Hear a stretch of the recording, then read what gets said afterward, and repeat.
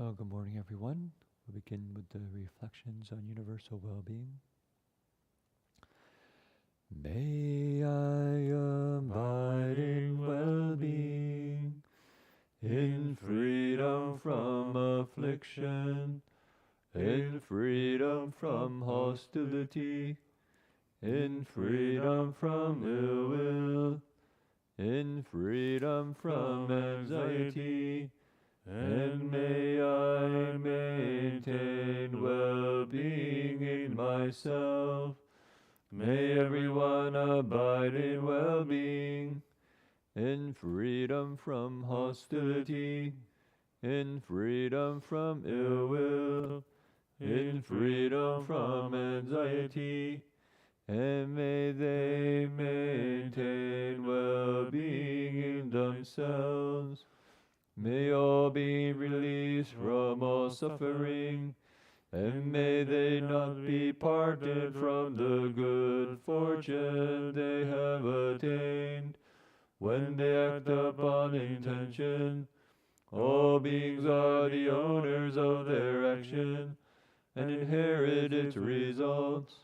Their future is born from such action, companion to such action, and results will be their home. All actions with intention, be they skillful or harmful, of such acts they will be the heirs. Continue to follow Reverend Hung Sure and Marty on their pilgrimage.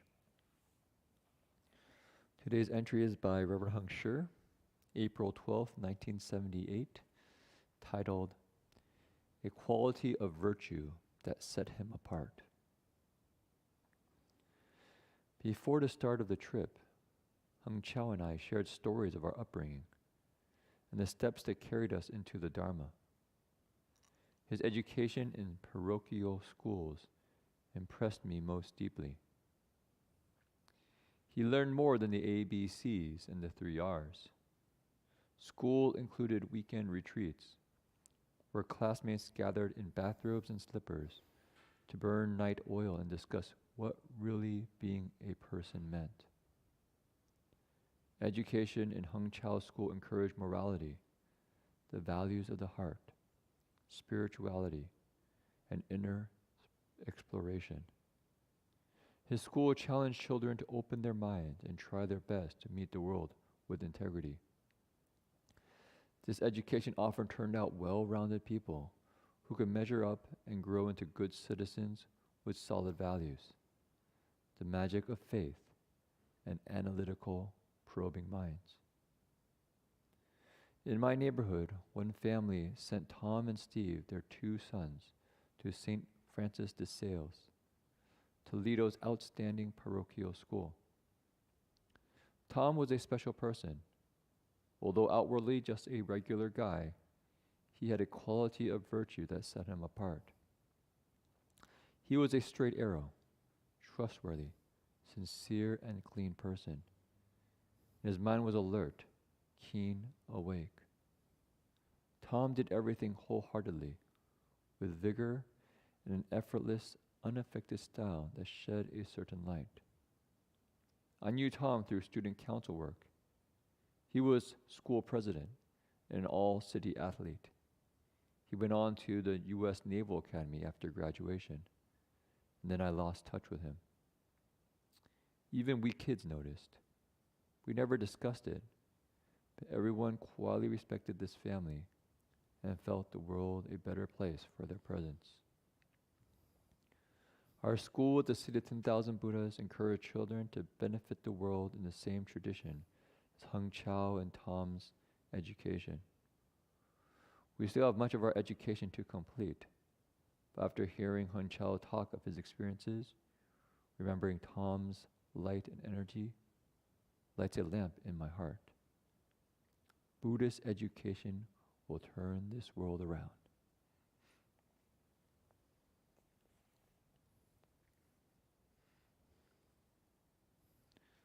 So reading Reverend Hung Sher's reflections on the importance of educating for virtue, I thought a little bit about my upbringing as well.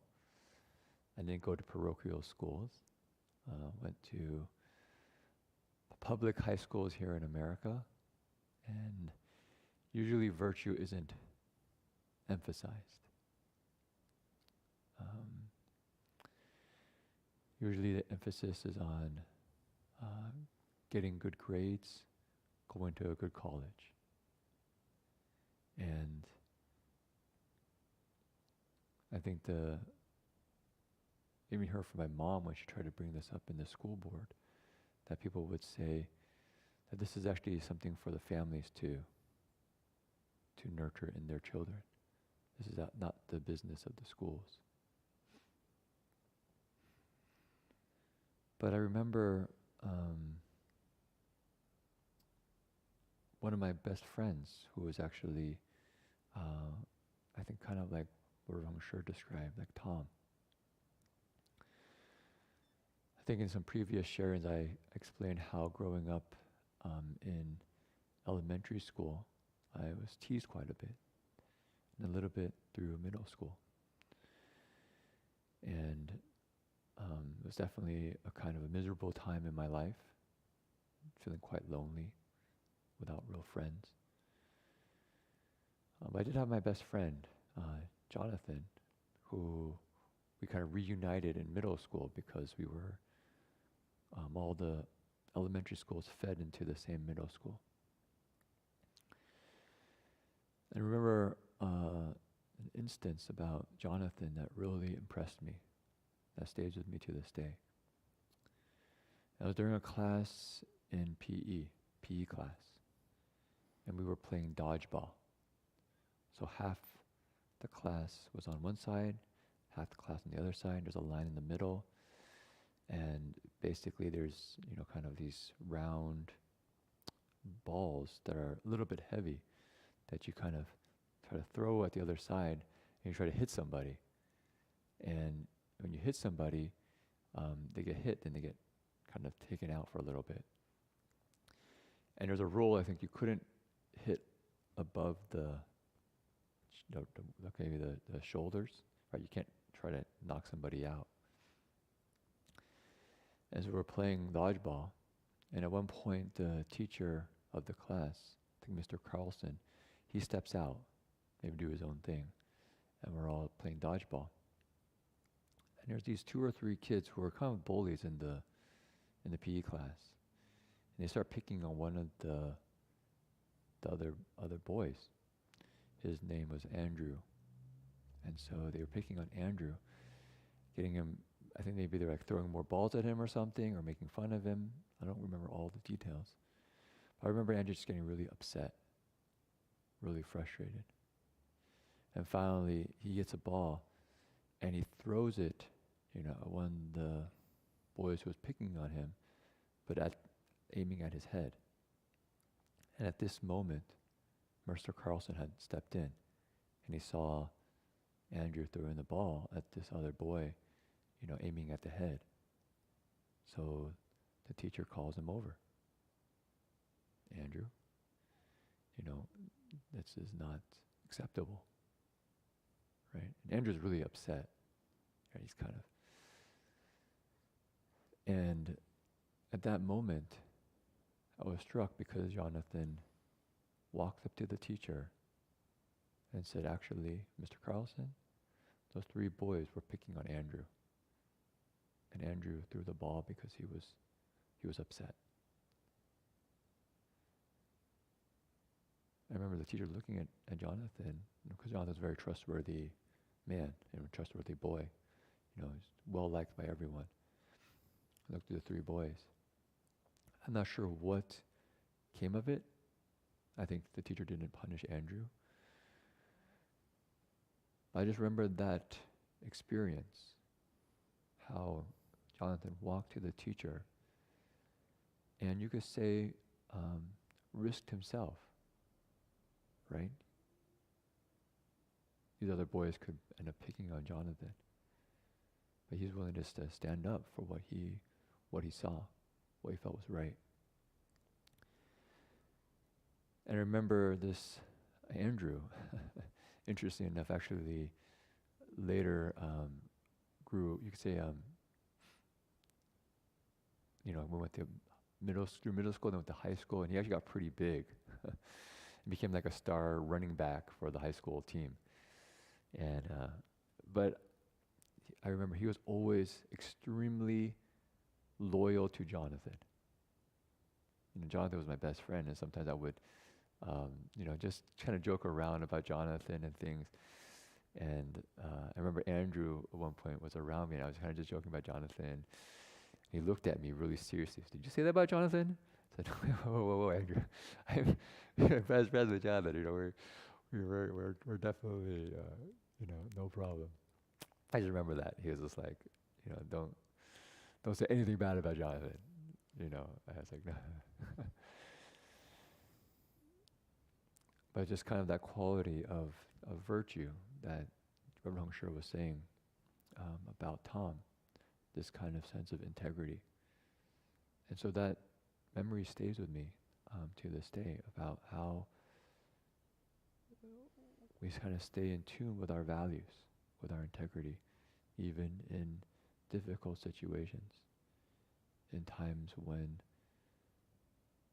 we're standing up for somebody for no benefit, and perhaps even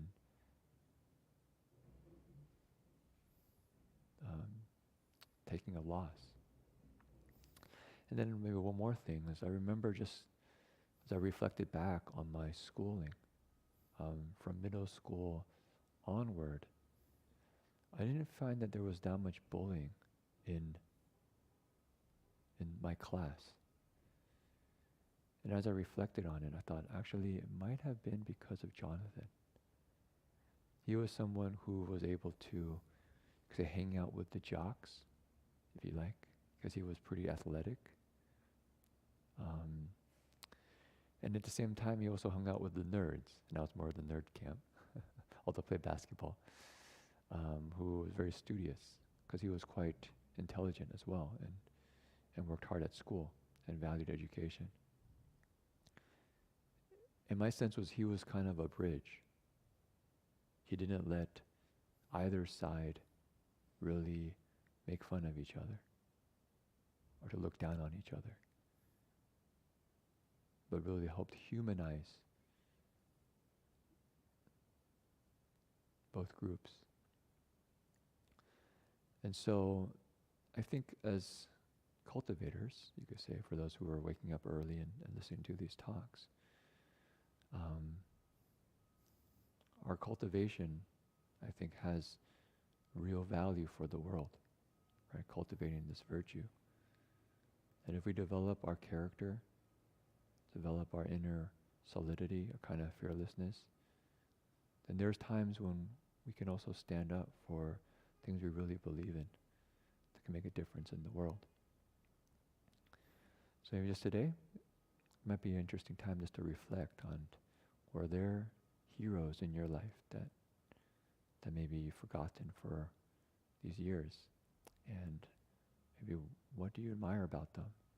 What can we learn from them? Okay, so maybe it's that much for this morning, and we'll do 3 steps, 1 bow. I'll have to help out with a DRBU class, but we'll still have a shorter bowing session.